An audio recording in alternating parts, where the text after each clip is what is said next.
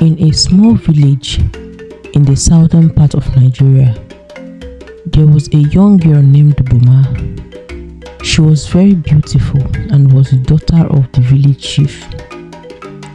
Boma was a healer who, through herbs, have helped her people and cured all manner of sicknesses.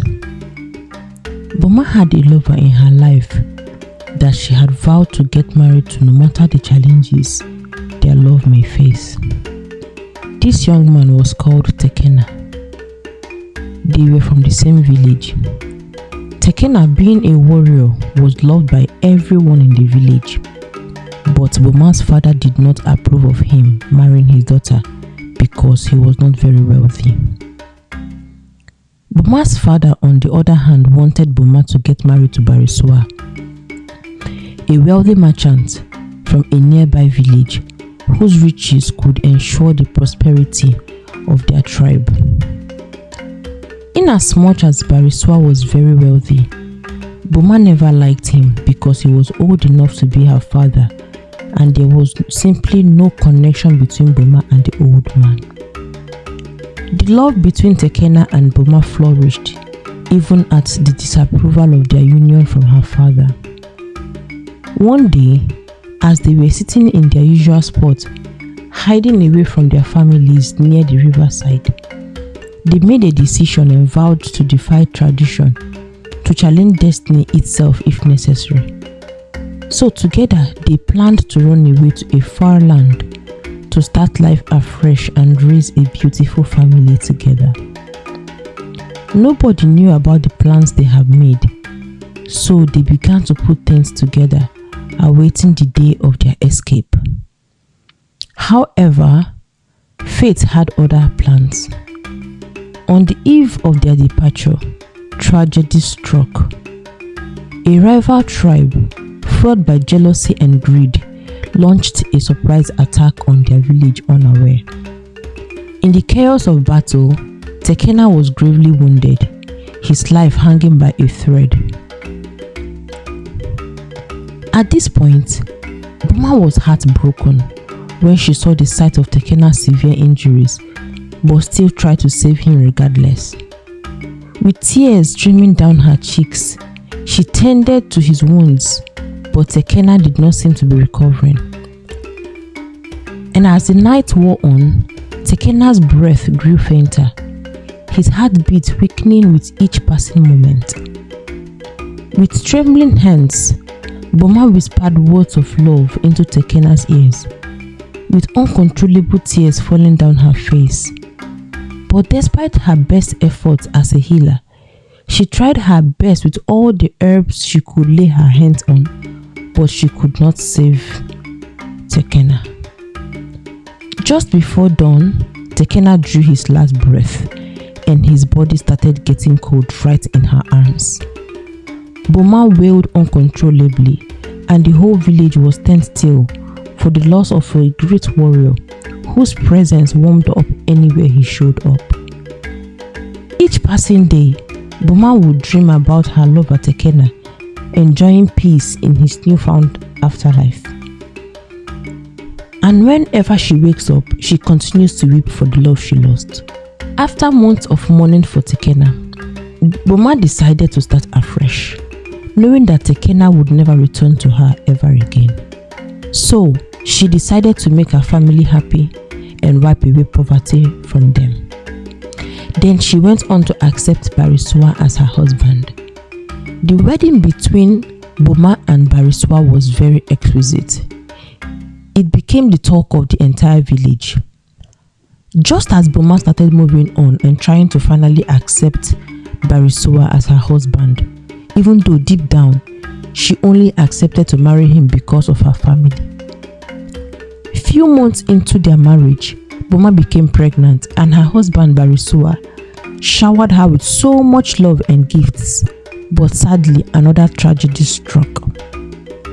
One night, after they all went to bed, there was a sudden scream in the dead of the night from Boma's house. Her husband Barisua just woke up at midnight and shouted 3 times, "My head oh, my head oh, my head oh." Immediately after that shout, he slumped and died. Then pregnant Boma was so confused and helpless that she screamed for help from neighbors around. That night, villagers came out to help resuscitate her husband, but everything they did was to no avail. Boma also tried to administer treatment to them, but all seemed to fail. Tears filled her eyes, and she became so bitter and felt that she was cursed. Weeks after her husband's demise, there was a rumor going on around the village that Boma was a witch and always sacrificed the men that loved her so much.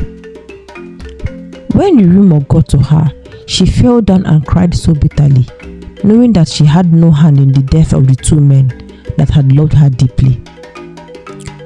Suddenly, men started avoiding her so that she would not bewitch them into marrying her like the other unfortunate men. So, one day, shortly before the birth of her child, she decided to go and seek for help to know why she was so unfortunate and unlucky with love. So she went to her parents to know if they had an idea of what was going on in her life, that not even one man can stay and love her without having to die. So her dad, the village chief, sat her down alongside her mom, and they both told her the story of how she came about. Boma's parents were childless for so many years. They waited to be blessed with their own child, but they had no luck. Until one day, they decided to seek for help and were willing to have a child at any cost. They went to the river goddess and asked her for a child. That gift, of course, didn't come without a price. The water goddess told them that she was going to grant their request only on one condition: that the child they will bear would never find love, and if she does, it's either she dies or the man that loves her dies. The parents, being so desperate, didn't really care so much about the price. They just quickly accepted without thinking twice about the futuristic consequence on their only child. But as years passed, the parents forgot about the condition. That was why they allowed her to marry Barisua. Then the parents apologized to her for not telling her sooner. Boma was so heartbroken that her parents never told her, and they allowed innocent men die without a cause. And with that anger, Boma ran away to seek for help on how to break free from this prize, and if anything can be done to appease the river goddess. So she met a strange man on her way who she told her predicament, and he told her that he could help her out.